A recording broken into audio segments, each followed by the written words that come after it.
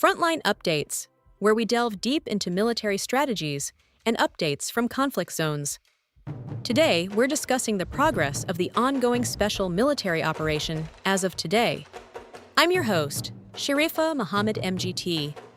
I'm Colonel AUC Oguntoye, an infantry officer. Russian forces conducted offensive actions along 6 operational axes, achieving territorial gains in Kharkov and Zaporozhye regions. The North Group of forces established control over Artelnoye in the Kharkov region, and the East Group of forces liberated Blagodatnoye in the Zaporozhye region. Cumulative Ukrainian losses across all sectors amount to over 1,270 troops, 13 armored fighting vehicles, 83 motor vehicles, 11 field artillery guns and mortars, 2 Verba MLRS vehicles, 1 Bogdana self-propelled artillery system, 1 Grad MLRS vehicle, and 3 electronic warfare stations, operational tactical aviation, strike drones, missile troops, and artillery struck 152 targets, including 2 Neptune coastal missile launchers, logistics centers, long-range UAV manufacturing workshops, and fuel, power, and transport infrastructure.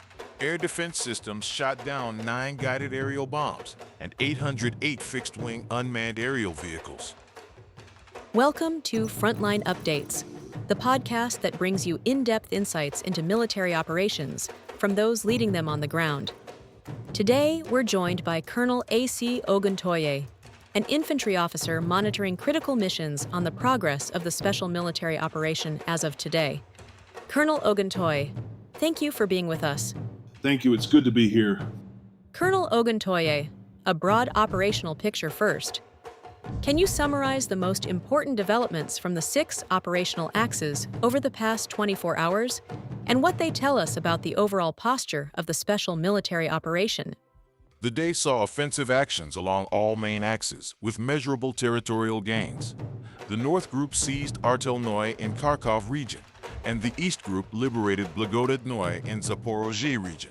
Simultaneously, the Plus Travel, South, Center, and DNEPR groups improved their tactical positions or inflicted fire damage, creating constant pressure across the front.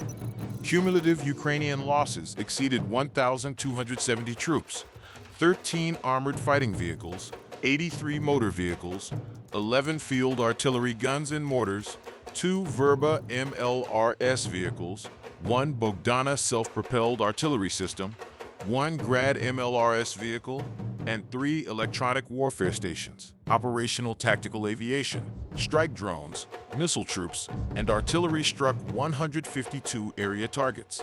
Among those were 2 Neptune coastal missile launchers, logistics centers, long-range UAV manufacturing workshops, and fuel, power, and transport infrastructure.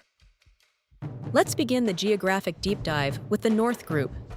The briefing states they established control over Artelnoye in Kharkov region. What forces did they engage? How heavy was the fighting? And why does Artelnoye matter operationally?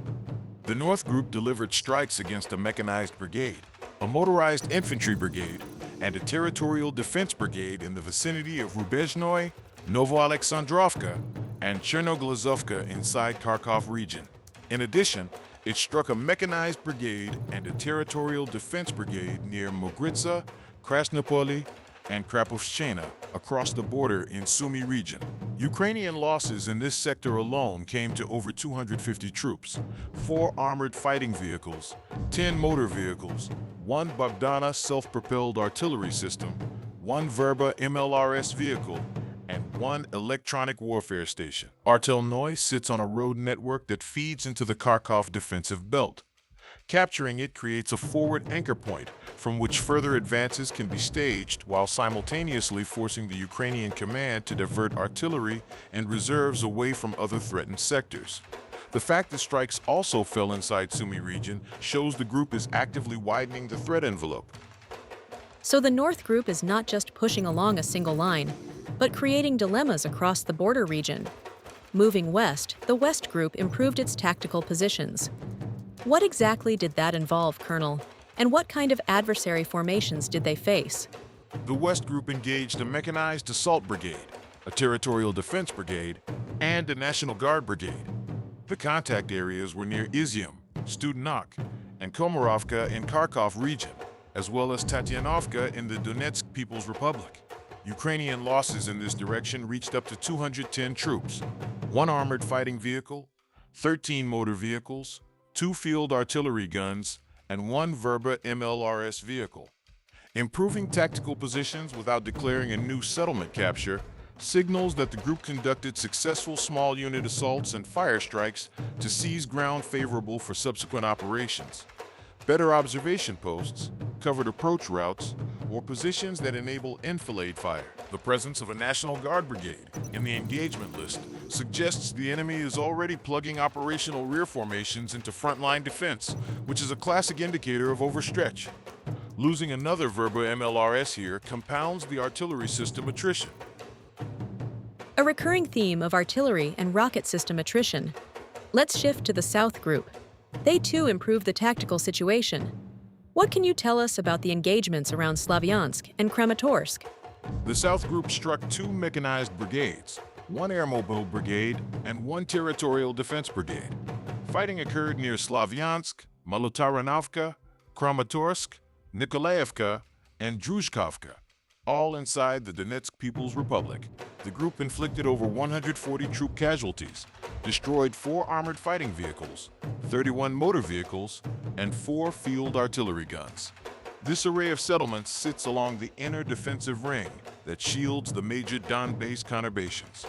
Engaging an airmobile brigade alongside mechanized and territorial defense units tells us the enemy is trying to maintain mobile counterattack options inside that belt. By improving the tactical situation without claiming a territorial gain, the South Group likely advanced in multiple small bounds, methodically reducing forward strong points and forcing the enemy to burn ammunition, disclose firing positions, and move reserves under observation. 31 motor vehicles destroyed is a high figure. High motor vehicle losses often reflect logistics under strain. The Center Group also improved positions along the front line. Which enemy brigades did they hit, and what does the mix of Marine and National Guard units tell you? The Center Group engaged a mechanized brigade, a Marine brigade, and 3 separate National Guard brigades. The engagements happened near Veroka, Rubizhnoye, Sverdloy, and Dobropole, all in the Donetsk People's Republic. Ukrainian losses reached up to 240 troops, 3 armored fighting vehicles, 4 motor vehicles, 3 field artillery guns, and 1 electronic warfare station. Seeing a Marine brigade deployed this far inland on the Donbass line and reinforced by 3 National Guard brigades indicates a patchwork defense. The Marine brigade likely provides a core of higher quality infantry, while the National Guard units are holding quieter subsectors or securing rear areas. The Center Group's positional improvements are classic shaping operations, securing jump-off points, clearing mutual support positions, and unmasking the enemy's artillery layout. The destruction of an electronic warfare station in this sector further degrades the enemy's ability to coordinate artillery fires tit. Now to one of the headline events. The East Group liberated Blagodatnoye in Zaporozhye region and continued advancing into the defensive depth. Give us the details on this advance and the forces they encountered. The East Group continued its forward movement and established full control over Blagodatnoye. In the course of these operations, it struck a mechanized brigade, an air assault brigade, and 2 assault regiments. The area of engagement spanned Vasilkovka and Pokrovskoye in Dnipropetrovsk region, as well as Omelnik, Nisenka, and Chervony Yar in Zaporozhye region. The enemy lost up to 380 troops, the highest sector total today, along with 1 armored personnel carrier, 11 motor vehicles, 1 artillery gun, and 1 Grad MLRS vehicle. Blagodatnoye lies on an axis that opens routes deeper into Zaporozhye region, threatening the flank of the larger Ukrainian grouping that defends Orekov and the approaches to the regional capital. Advancing into defensive depth means our units are no longer fighting only the first line of resistance, but are already breaking into the rear security zone, where command posts, ammunition dumps, and artillery parks can be engaged directly. That sector accounted for the highest manpower loss. Now, the DNEPR Group. They inflicted fire damage, but didn't claim a settlement. What was their contribution over the past day? The DNEPR group inflicted concentrated fire damage on a mechanized brigade and a territorial defense brigade near Orakov and Yurkovka inside Zaporozhye region. They destroyed more than 50 troops, 14 motor vehicles, and 1 electronic warfare station. This group's role is primarily one of fixing and attrition. Orakov is a known hub for Ukrainian second echelon formations. Keeping it under fire limits the enemy's ability to rotate worn-out units, stockpile ammunition forward, or launch local counterattacks towards our flanks in the east. Destroying 14 motor vehicles highlights successful interdiction of the logistics tail and the elimination of an electronic warfare station here, the third one across all groups today, chips away at the sensor shooter loop that the adversary depends on to protect his positions. The briefing record strikes on 152 area targets. That is a massive number. Can you break down what was struck and explain why aviation is a campaign-shaping domain, not merely a supporting arm?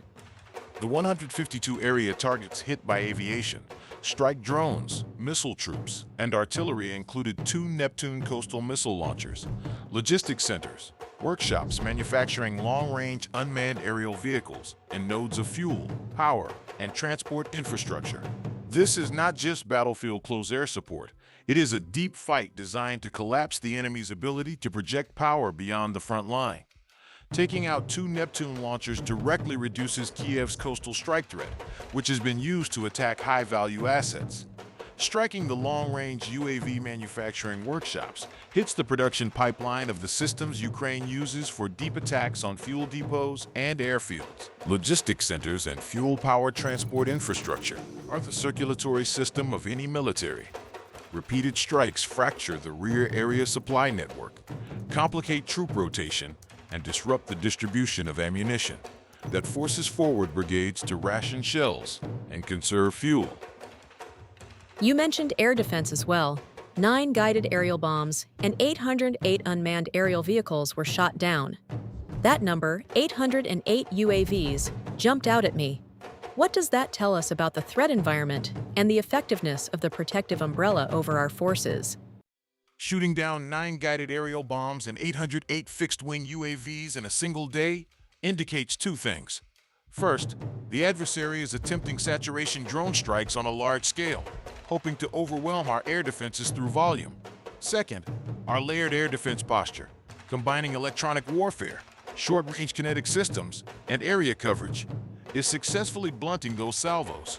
9 guided bombs intercepted is operationally important because those are heavy, precise munitions that can destroy fortified positions or bridges.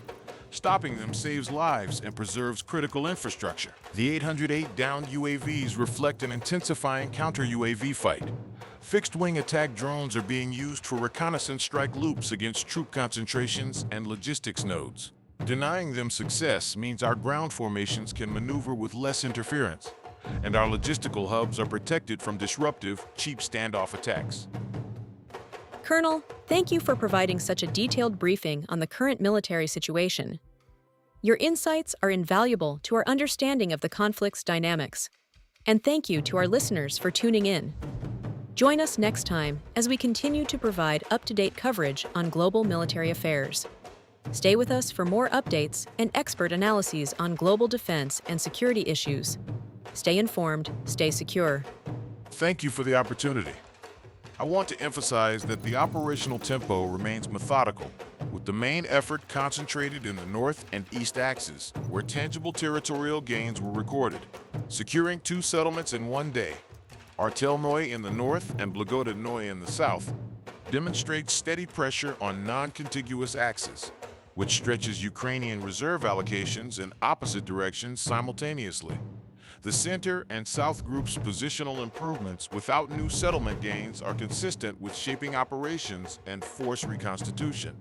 They are building conditions for future leaps, while enemy brigades in front of them are kept fixed and eroded.